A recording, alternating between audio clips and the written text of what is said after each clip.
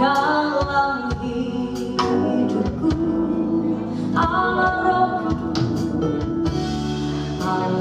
Roh Kudus, kau mengubah kasih-Mu, ubah hatiku, oh jelikaku, jamalah ku rindu hadirat-Mu, ku sembah kudus,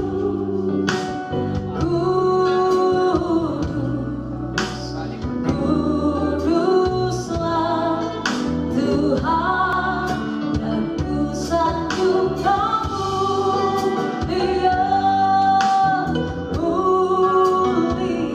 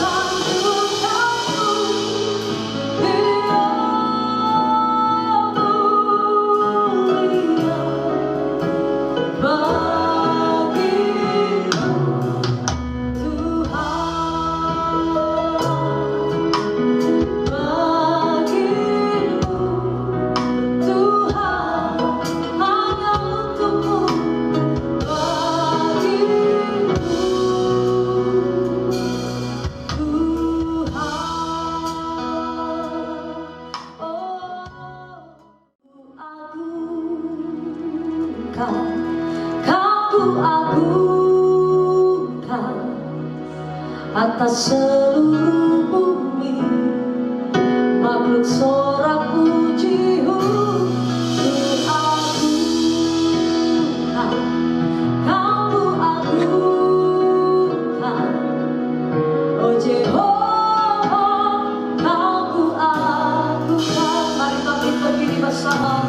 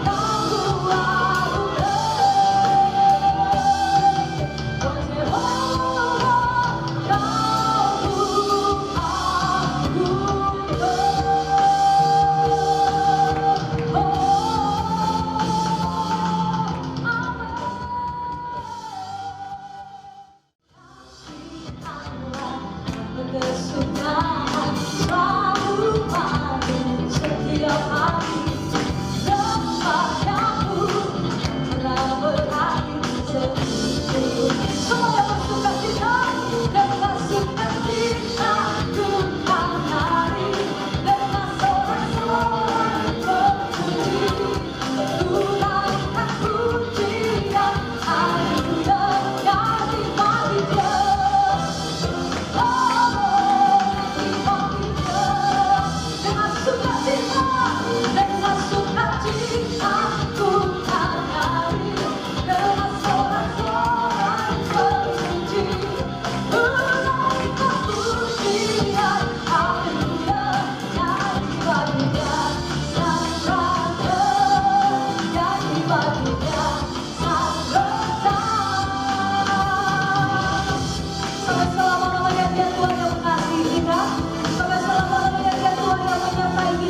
Dengan kemurahan dan kebaikan Tuhan yang percaya dengan tangan lu tinggi, katakan amin. Semoga Tuhan dengan sukacita ku kan kami naikkan pujian haleluya yang dibagi-Nya, yang dibagi.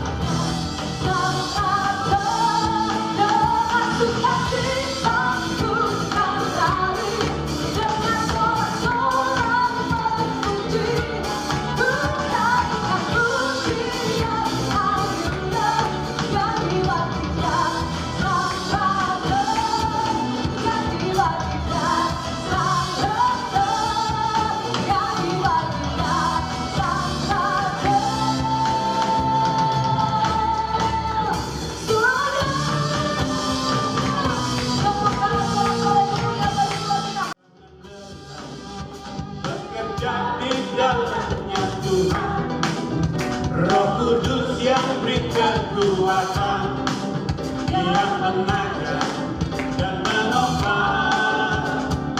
Haleluya, Dia lelah bekerja bersamamu Tuhan, yang selalu mencukupkan apa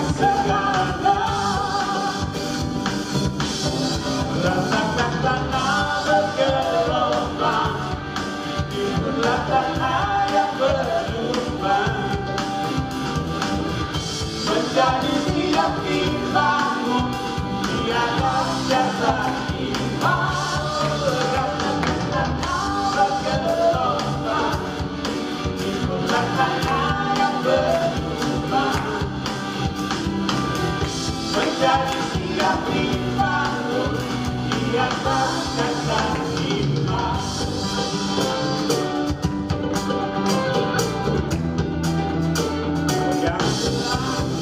Jangan lelah, bekerja di ladangnya Tuhan. Roh Kudus yang beri kekuatan, Dia mengajar dan menopang. Tiada lelah, bekerja bersamamu Tuhan. Amin. Yang selalu mencukupkan akan segalanya. Ratakan tanda bergelombang di belakang yang berubah, menjadi siap dibangun di atas dasar iman. Ratakan tanda bergelombang di belakang yang berubah, menjadi siap dibangun di atas dasar iman. Ratakan tanda bergelombang di belakang yang berubah, menjadi siap dibangun di atas dasar iman. Ratakan tanda bergelombang di belakang yang berubah, menjadi siap dibangun, menjadi siap dibangun, menjadi siap dibangun di atas dasar iman. Sorak-sorai dunia bagi Tuhan. Teman-teman, Tuhan taruh di hatiku kemanapun aku melayani, mesti kasih tahu kepada umat Tuhan, apakah sudah baca firman setiap hari. Haleluya. Sebenarnya ini bukan saya yang menanyakan. Tuhan tanya sama umatnya, apakah sudah baca firman setiap hari. Karena Yosua 1 ayat 8 dikatakan kalau kita baca firman tiap hari, kita akan bertindak hati-hati sesuai yang tertulis di dalamnya, kita akan berhasil dan kita akan beruntung. Tidak usah jawab kepada manusia, jawab kepada Tuhan. Amin. Kita butuh firman setiap hari. Setelah satu pujian ini, kita dengar firman Tuhan. Pak Roni ini sahabat dengan saya. Satu hal yang saya mau sampaikan sekarang ini, penyesatan begitu besar, begitu banyak. Jadi kalau nggak baca firman, kita mudah tersesat. Pak Roni ini demen banget, sering kita diskusi kalau lihat hamba Tuhan ngajarin misalnya teologi kemakmuran, dia selalu meluruskan. Dan boleh satu ayat kenapa dan betapa pentingnya baca firman. Besok kita merayakan hari Pentakosta, ya.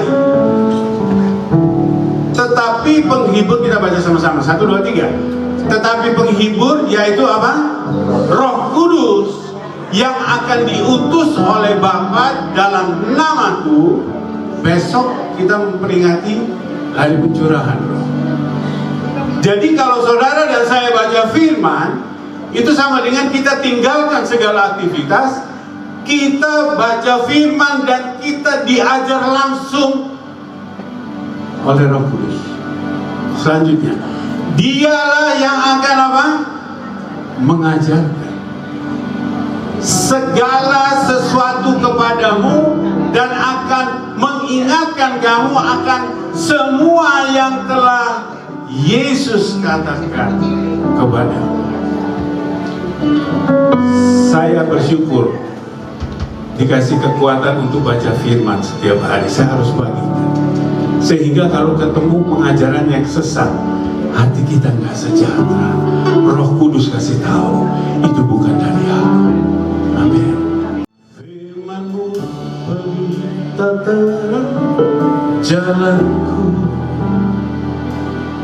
beri pengharapan dan kepastian, mampukan melewati semua persoalan, sangat teruji dan berkemenangan. Firman-Mu pelita terang jalan, beri pengharapan dan kepastian, mampukan melewati semua persoalan, sangat teruji dan beri kemenangan. Terima kasih Tuhan. Firman-Mu ceritakan kasih-Mu, menyucikan hati dan pikiranku,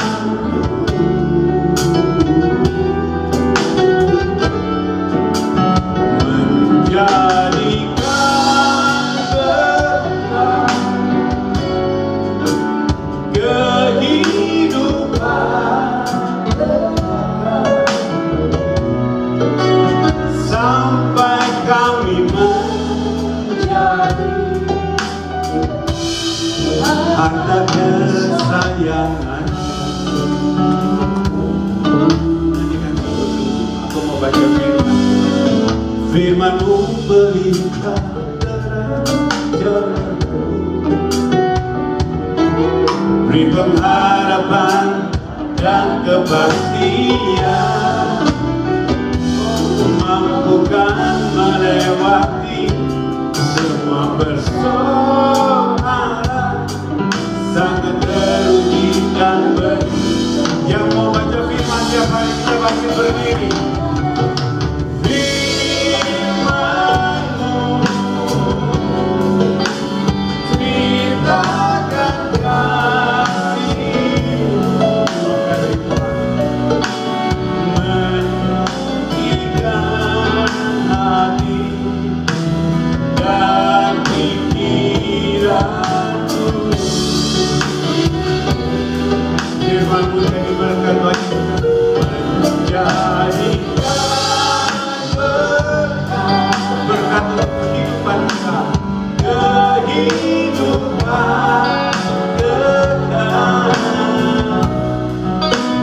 sampai ku menjadi harta Tuhan. Mau dengan jemaat saja ya, dan bagi Tuhan firman.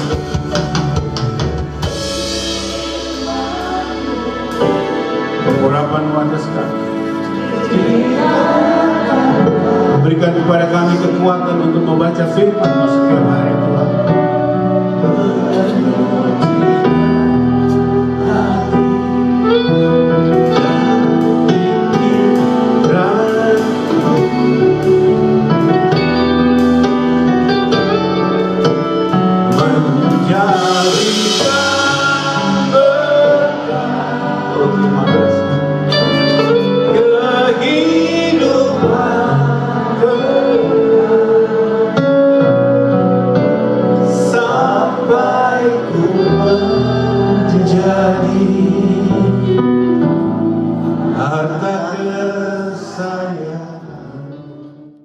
Tuhan, berkati kami lewat kebenaran firman-Mu.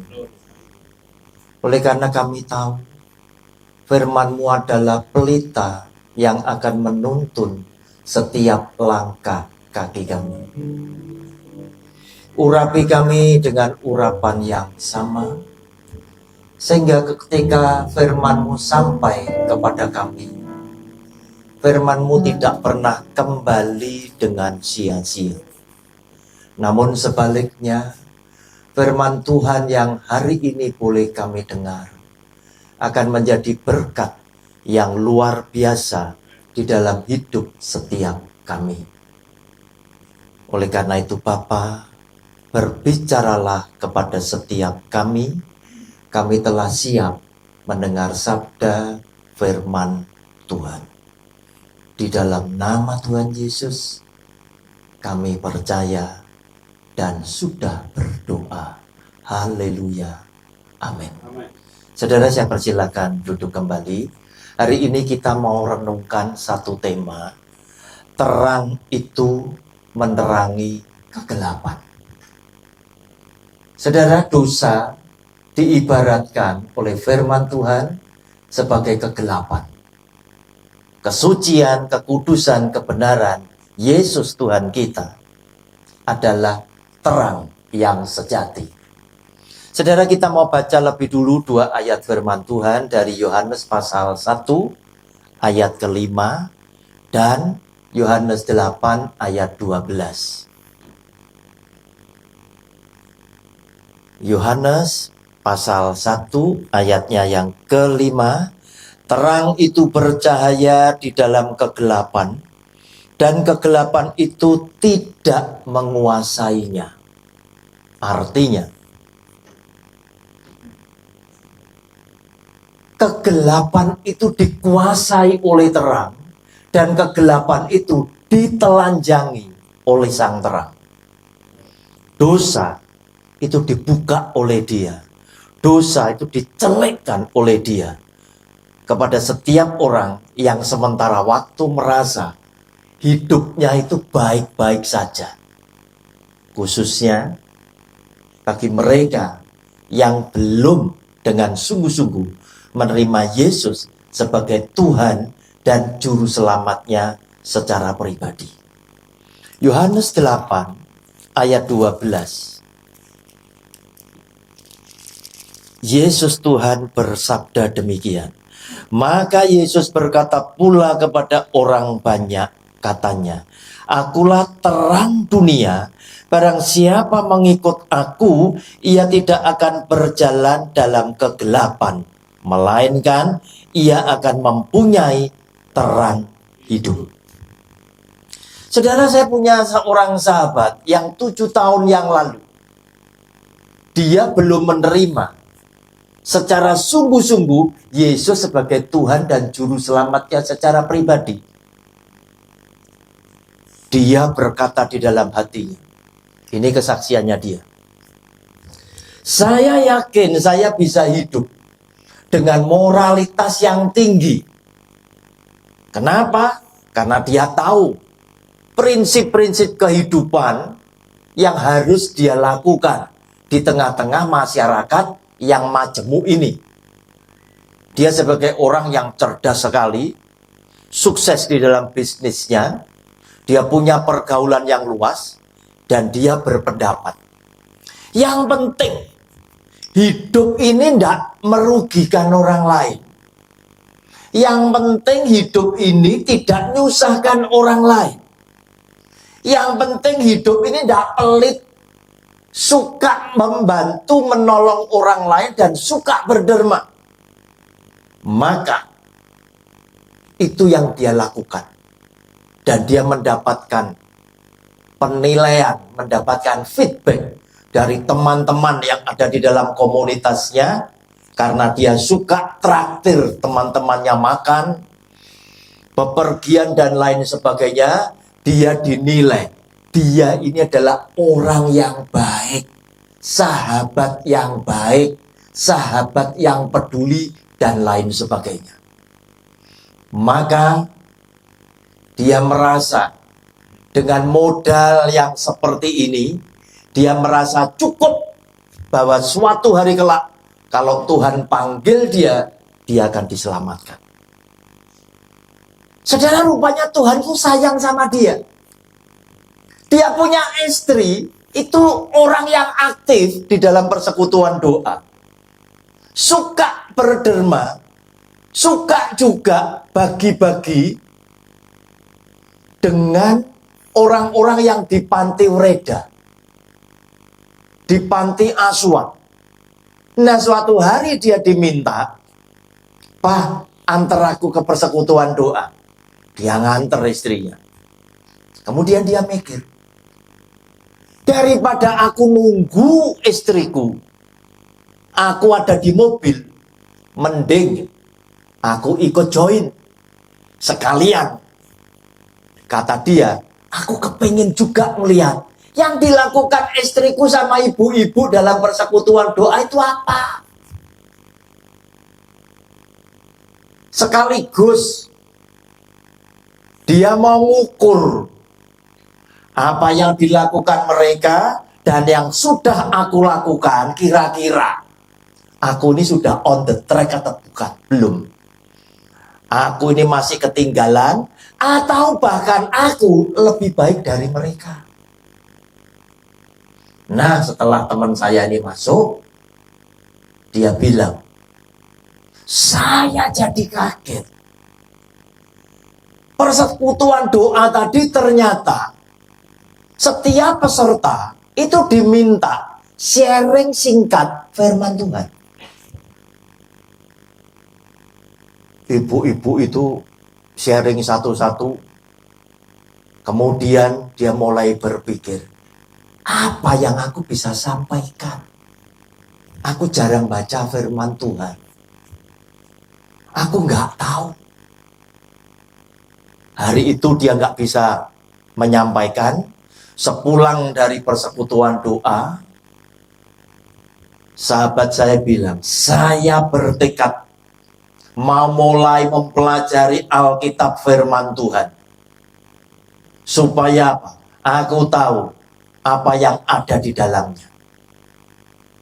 Nah, Bapak Ibu, yang terjadi apa? Setelah dia mempelajari firman Tuhan, dia mulai tahu. Ketika terang itu menyinari dia, yang sementara waktu dia tidak saja sadar bahwa dia tinggal di dalam kegelapan, tetapi dia merasa fine-fine saja. Karena apa? Teman-temanku, komunitasku kan menilai, aku ini teman yang baik, sahabat yang baik, suka membantu, suka nolong, suka bayari. Semua bilang aku baik. Tetapi setelah dia buka, dia pelajari, dia baca firman Tuhan, dia baru sadar, terang itu menerangi dia, dan dia mulai ngelihat, ternyata aku setelah diterangi, ada banyak debu, ada banyak kotoran, ada banyak dosa yang tidak layak, yang membuat aku sendiri malu kepada sang terang tadi. Tuhan, betapa Engkau peduli dan menganggap aku berarti di matamu Tuhan. Padahal aku adalah orang yang tidak layak di hadapan Tuhan.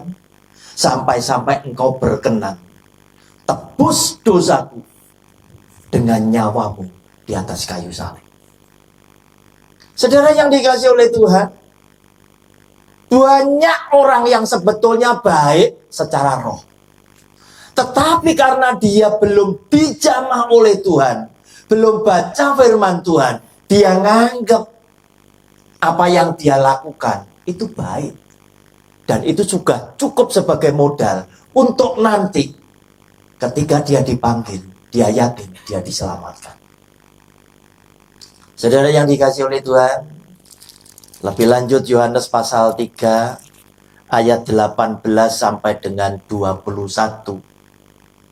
Itu menasihatkan kepada saudara dan saya, ini adalah firman yang keluar dari mulut Tuhan Yesus sendiri. Barang siapa percaya kepadanya, ia tidak akan dihukum. Barang siapa tidak percaya, ia telah berada di bawah hukuman, sebab ia tidak percaya dalam nama Anak Tunggal Allah. Anak Tunggal Allah itu siapa? Kok dia itu punya kuasa menghukum? Tadi kita baca baru Yohanes pasal 1 ayatnya yang kelima.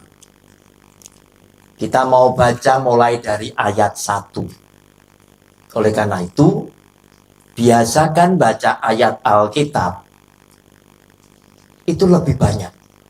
Supaya nggak keputus. Tetapi saya sengaja tadi ayat 5 saya tampilkan lebih dulu. Supaya apa? Kita fokus. Di belakangnya saya akan baca mulai ayat yang pertama. Pada mulanya adalah firman. Firman itu bersama-sama dengan Allah dan firman itu adalah Allah. Ia pada mulanya bersama-sama dengan Allah. Segala sesuatu dijadikan oleh Dia dan tanpa Dia tidak ada suatu pun yang telah jadi dari segala yang telah dijadikan. Dalam Dia ada hidup dan hidup ini adalah terang manusia. Terang itu bercahaya di dalam kegelapan dan kegelapan itu tidak menguasainya. Berarti anak tunggal Allah yang adalah sang terang itu juga sekaligus siapa? Pencipta alam semesta. Dia adalah Tuhan, sang pencipta langit bumi dengan segenap isinya, yaitu Yesus. Ya saudara, kita menyaksikan ada begitu banyak orang yang tidak bisa percaya kepada Dia, bahwa Dia adalah Tuhan. Sudah biarin. Itu urusan masing-masing. Nanti mati, ketemu dengan Dia baru tahu. Kita tidak usah pusing. Mereka tidak percaya. Yang penting apa? Diri kita. Mengingatkan ketika Tuhan Yesus pikul salib, ibu-ibu nangis semua yang menyertai Dia berjalan saat Dia mikul salib. Apa nasihat Tuhan Yesus? Ngapain kamu nangisin aku? Tangisi dirimu. Maksudnya Tuhan Yesus apa? Kamu sudah koreksi dirimu belum? Aku pikul salib itu untuk dosa kamu. Aku tidak perlu kamu tangisi. Tetapi tangisi dirimu. Betul nggak kamu jadi Kristen? Betul nggak kamu jadi Katolik? Itu sudah benar. Supaya ketika nanti waktunya tiba, kontraknya habis, kamu pulang dan mendapatkan hidup yang kekal. Saudara yang dikasihi oleh Tuhan,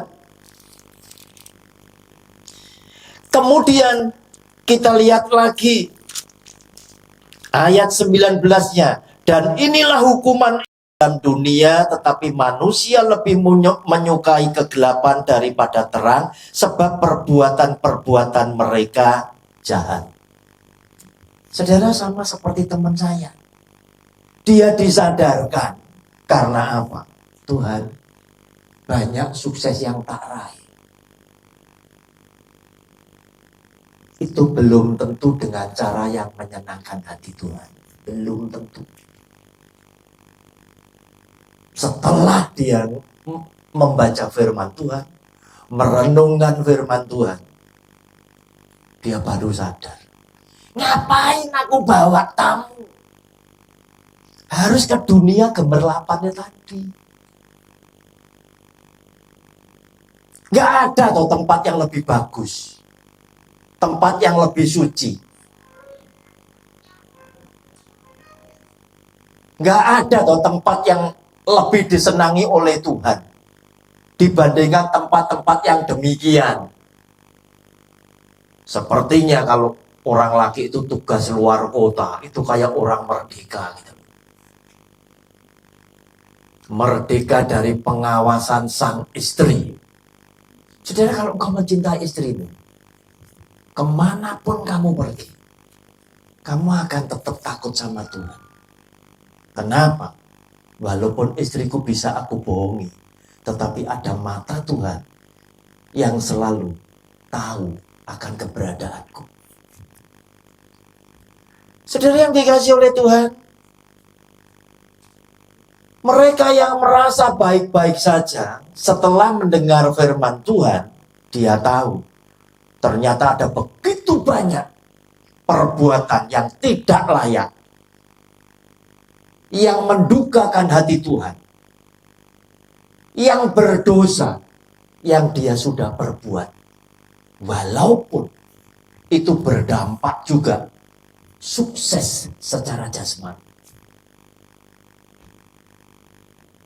Saudara yang dikasihi oleh Tuhan, ayat ke-20, sebab barang siapa berbuat jahat, membenci terang, dan tidak datang kepada terang itu, supaya perbuatan-perbuatannya yang jahat itu tidak nampak. Saudara, sebetulnya orang ini sadar.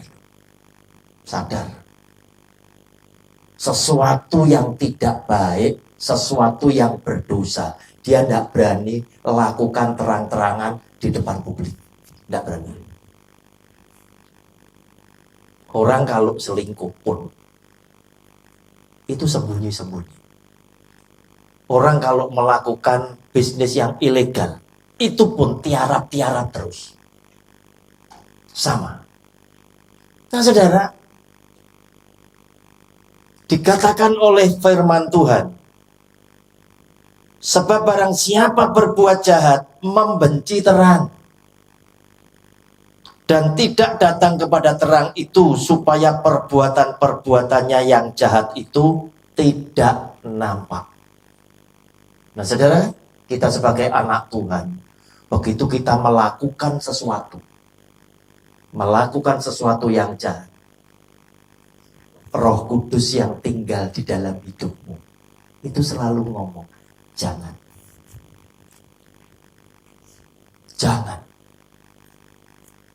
Kalau saudara peka, saudara pasti balik. Sebab apa? Orang benar yang ditulis di dalam Alkitab bukan berarti orang yang tidak pernah berbuat dosa. Tidak. Contoh, Daud. Tuhan bilang kepada Daud, aku berkenan. Tetapi dosa Daud macam-macam. Termasuk dia berzina dengan Batseba. Dosa yang sangat besar. Tetapi orang benar begitu ditegur oleh Tuhan, dia tidak bulet. Dia langsung ngomong, Tuhan, ampuni aku yang berdosa. Saudara yang dikasihi oleh Tuhan, hati-hati. Jika kita berbuat dosa dan kita tidak segera kembali kepada jalan yang benar, ada kemungkinan Roh Kudus gak bersuara lagi. Roh Kudus gak ngurus lagi. Atau Roh Kudus meninggalkan hidup saudara. Sama seperti ketika Saul mulai mendukakan hati Tuhan, Alkitab menulis Roh Tuhan mundur daripada Saul. Padahal Saul adalah orang yang dulunya dipilih oleh Tuhan untuk jadi raja pertama orang Israel. Saudara yang dikasihi oleh Tuhan, 21. Tetapi barang siapa melakukan yang benar, ia datang kepada terang, supaya menjadi nyata bahwa perbuatan-perbuatannya dilakukan dalam Allah. Saudara, kita diminta melakukan dalam Allah, supaya publik ini tahu bahwa kita adalah anak-anak terang. Supaya orang melihat di dalam hidup kita ada Alkitab yang terbuka, ada Yesus Tuhan yang menyertai kita. Dan kita boleh menjadi dampak buat orang lain karena kita menjadi saksi Kristus di dalam kehidupan kita bersama keluarga. Saudara, perkara yang seperti ini itu pernah Bapak Ibu dialami oleh rasul yang namanya Paulus. sebelum Paulus ditangkap oleh Tuhan, jadi alatnya untuk memberitakan Injil, Yesus Tuhan itu sudah bersabda memperingatkan para muridnya. Yohanes pasal 16 ayat 1 sampai dengan ayat yang ketiga.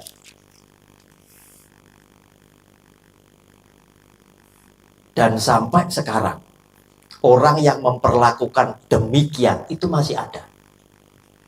Orang-orang yang mempersekusi orang-orang Kristen, pengikut Yesus Kristus Tuhan, masih ada.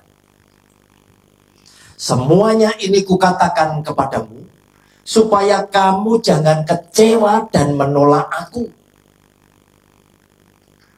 Kamu akan dikucilkan, bahkan akan datang saatnya bahwa setiap orang yang membunuh kamu akan menyangka bahwa ia berbuat bakti bagi Allah. Sudah mojok ini, usaha ini udah mojok. Mojok tidak di perkampungan, tapi di tengah sawah. Masih diprotes.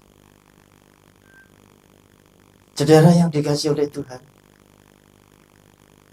mereka akan berbuat demikian karena mereka tidak mengenal baik Bapa maupun aku. Padahal ajarannya dia itu singkat. Kasihlah Tuhan Allahmu, kasihlah sesamamu manusia.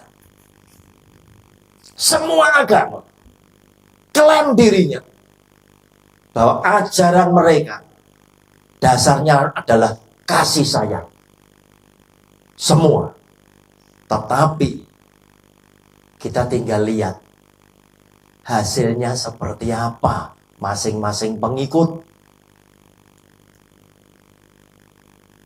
Karena perilaku pengikut itu adalah hasil dari apa? Sebuah pengajaran. Saudara yang dikasihi oleh Tuhan, Yesus Tuhan selalu ingin saudara kembali kepada firman. Sebab hanya firman Tuhan satu-satunya yang adalah kebenaran. Yohanes 17 ayat 17. Yohanes 17, kuduskanlah mereka dalam kebenaran. Firman-Mu adalah kebenaran. Sehingga Tuhan Yesus pun mengatakan kepada saudara dan saya, akulah jalan dan kebenaran dan hidup. Tidak ada seorang pun yang sampai kepada Bapa kecuali apa? Lewat aku. Dia satu-satunya jalan untuk orang bisa selamat sampai surga. Saudara yang dikasihi oleh Tuhan, Rasul Paulus ditangkap oleh Tuhan, dijadikan alat sebagai pemberita firman Allah. Mendampingi para rasul yang lain yang latar belakangnya sebagai orang yang sederhana. Baik status sosial ekonominya maupun apa pendidikan mereka hanya sebatas nelayan. Tapi Rasul Paulus ini orang yang intelektual, yang punya hubungan luas, punya kedudukan di antara orang Farisi, punya relasi gubernur, kaisar dan lain sebagainya. Ini adalah alat Allah. Saudara, Filipi pasal yang ketiga ayat 4 sampai dengan 8. Rupa-rupanya Rasul Paulus ini sama dengan sahabat saya. Sama dengan kebanyakan pengusaha yang sukses, tapi belum menerima Kristus. Tapi dermawan, suka nolong. Nah Bapak Ibu, ayatnya demikian. Sekalipun aku juga ada alasan untuk menaruh percaya pada hal-hal lahiriah. Jika ada orang lain menyangka dapat menaruh percaya pada hal-hal lahiriah, aku lebih lagi. disunat pada hari ke-8. Bapak Ibu, perjanjian Allah dengan Abraham turun-temurun itu ditandai bahwa umat pilihan Allah itu setiap laki-laki harus disunat pada hari ke-8. Bagaimana dengan orang Yunani yang Kristen yang dilayani Rasul Paulus? Karena Petrus melayani orang Yahudi yang bersunat, orang Yunani tidak wajib sunat, sebab yang dimaksud keturunan Abraham adalah orang-orang yang punya hubungan darah dengan Abraham. Kita gimana? Kita ndak usah, wong Jawa ndak usah. Apalagi yang sunatnya nanti aja. Kalau liburan panjang SD naik SMP, atau mau SMA, atau mau nikah, tidak ada kaitannya dengan sunat ini, tidak ada. Itu sunat kesehatan. Dari bangsa Israel, dari suku Benyamin. Paulus ini dari suku Benyamin. Orang Ibrani asli. Ini secara lahiriahnya. Tentang pendirian terhadap hukum Taurat, aku orang Farisi. Lanjut. Tentang kegiatan, aku penganiaya jemaat. Karena pada waktu itu, kan sudah dinubuatkan oleh Tuhan Yesus. Karena namaku, kamu akan dibenci. Karena namaku, kamu akan dibunuh. Nah, pengikut jalan Tuhan, itu jadi musuhnya orang Farisi. Yang kebanyakan adalah orang Yahudi. Yang tidak bisa menerima bahwa Yesus adalah Mesias Sang Juru Selamat. Dan sampai hari ini di Israel sana, paling 5% yang terima Yesus sebagai Mesias. Paling 5%. Tentang kebenaran dalam mentaati hukum Taurat, aku tidak bercacat. Secara lahiriah, menurut pandangan orang Farisi, Saulus ini hebat. Cukup untuk modal. Kalau mati, Saulus pada waktu itu yakin dia masuk surga. Dan pengikut jalan Allah wajib untuk dianiaya, ditangkap, dianiaya, bahkan dibunuh. Saulus pun bilang, mereka itu adalah halal darahnya. Saulus. Lanjut. 7.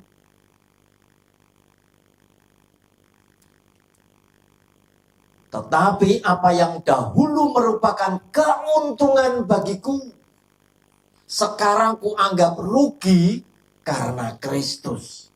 Setelah dia buka Alkitab, dijamah oleh Tuhan, diterangi oleh Sang Terang sejati. Dia mulai berbalik arah. Yang dulu dianggap sebuah keuntungan, sekarang kuanggap rugi karena Kristus dengan segala kebenaran firman-Nya. Ayat 8. Malahan segala sesuatu kuanggap rugi karena pengenalan akan Kristus Yesus Tuhanku lebih mulia daripada semuanya. Oleh karena dialah aku telah melepaskan semuanya itu dan menganggapnya sampah, supaya aku memperoleh Kristus. Saudara, ketika terang itu datang kepada seseorang, akan menerangi. Orang yang menganggap mereka baik-baik saja, disadarkan oleh Yesus Kristus Tuhan lewat firman-Nya bahwa engkau adalah orang yang sangat kotor, yang sangat berdosa, yang oleh karena terang yang sejati itu, firman Tuhan, menyadarkan kamu bahwa dialah Tuhan yang sangat mengasihi kamu, yang seharusnya tidak layak untuk diselamatkan. Saudara yang dikasih oleh Tuhan, penutupnya Rasul Yohanes itu menasihatkan kepada saudara dan saya lewat 1 Yohanes pasal 2 ayat 1 sampai dengan ayat yang ke-6.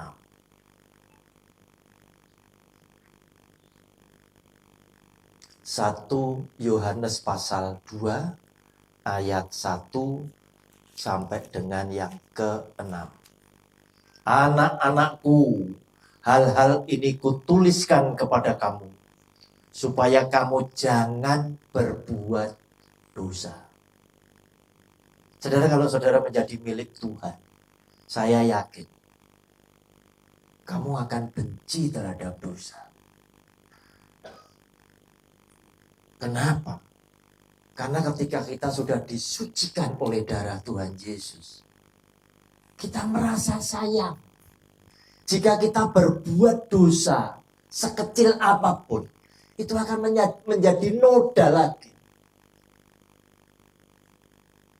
Kita tidak ingin mengecewakan hati Tuhan yang begitu menderita, menebus dosa kita. Kemudian kita berbuat dosa lagi. Namun jika seorang berbuat dosa, kita mempunyai seorang pengantara pada Bapa, yaitu Yesus Kristus yang adil. Lanjut.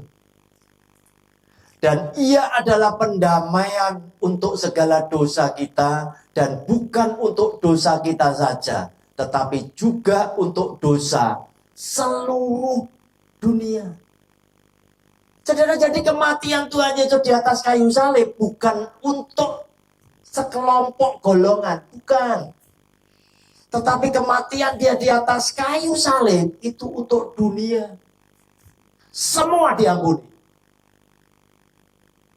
Sekarang tergantung siapa yang mau percaya. Itu yang memperoleh anugerah. Yang gak percaya, Tuhan tidak memaksa. Nanti ada waktunya sendiri. Roh manusia yang tidak bisa mati. Tubuh yang fana ini mati dari tanah, kembali ke tanah. Tetapi roh kembali kepada Sang penciptanya. Roh inilah yang nanti akan ketemu dengan Tuhan untuk mempertanggungjawabkan apa yang sudah dia perbuat selama dia hidup. Nubuatnya sudah ada.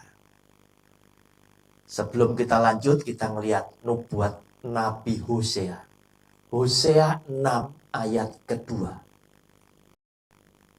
Semua nabi itu bernubuat untuk Yesus. Dan Yesus Tuhan sudah genapi. Ia akan menghidupkan kita sesudah 2 hari. Pada hari yang ketiga, ia di tengah huruf besar, berarti apa? Tuhan akan membangkitkan kita, semua manusia. Dan kita akan hidup di hadapannya, huruf besar. Semua nabi dari keturunan Israel. Tidak ada keturunan lain nabi. Israel semua. Bernubuat tentang Yesus. Dan Yesus Tuhan kita sudah menggenapinya. Mati hari Jumat 1. Sabtu hari kedua. Minggu dia bangkit kubur kosong. Hari ketiga. Pas. Sudah digenapi. Yesus Tuhan sebagai yang sulung. Kita saudaranya. Kita di belakangnya. Nomor tidak tahu. Tetapi apa? Roh kita akan sama. Dibangkitkan dan kita hidup di hadapannya pada hari ketiga. Kalau besok ada sahabat kita mati hari Jumat, Minggu ngadep, pasti. Ini rumus. Saudara, kembali ke 1 Yohanes pasal 2 tadi.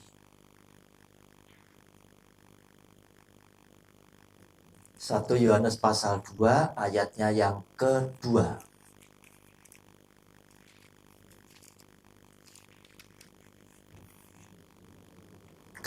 Sekarang ketiga. Dan inilah tandanya bahwa kita mengenal Allah, yaitu jikalau kita menuruti perintah-perintahnya. Saudara, rasul ini tugasnya mengintisarikan sabda Yesus, supaya umat pengikut jemaat itu menerima, mengartikan lebih gampang. Yesus Kristus pun bilang, jikalau engkau mengasihi aku, maka kamu akan menuruti segala perintahku. Dijabarkan oleh Rasul Yohanes demikian. Dan inilah tandanya bahwa kita mengenal Allah, yaitu jikalau kita menuruti perintah-perintahnya. Ayat keempat. Barang siapa berkata, aku mengenal dia, tetapi ia tidak menuruti perintahnya, ia adalah seorang pendusta, dan di dalamnya tidak ada kebenaran.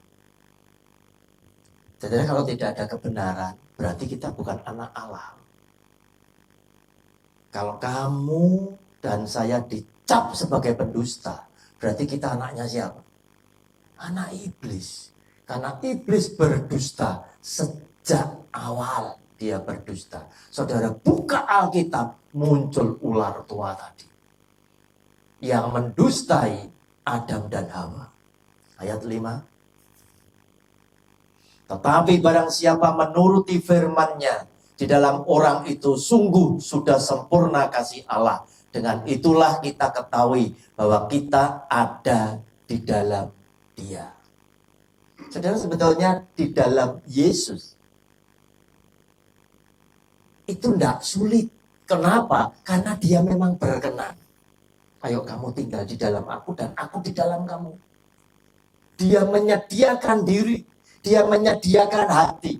Untuk supaya apa? Saudara dan saya hidup manunggal bersama dia. Syaratnya apa? Turuti firman-Ku. Lakukan firman-Ku dalam setiap tarikan nafasmu. Ayat 6. Barang siapa mengatakan bahwa ia ada di dalam Dia, ia wajib hidup sama seperti Kristus telah hidup. Saudara, jika hari ini terang itu sudah menerangi hidup saudara, saudara adalah orang yang dicintai, dikasihi Tuhan. Sebab apa? Dia memberikan kesempatan buat saudara dan saya introspeksi. Aku ini sudah benar atau belum? Dan dia akan menunjukkan, memperlihatkan borok-borokmu, kejahatanmu, dosa-dosamu. Dan saat itulah kita berkesempatan berkata kepada Tuhan, Tuhan ampuni dosaku dan tuntun aku kembali kepada jalan yang benar. Tuhan Yesus sudah memberkati kita semuanya. Amin. Beri kemuliaan buat nama Tuhan. Amin.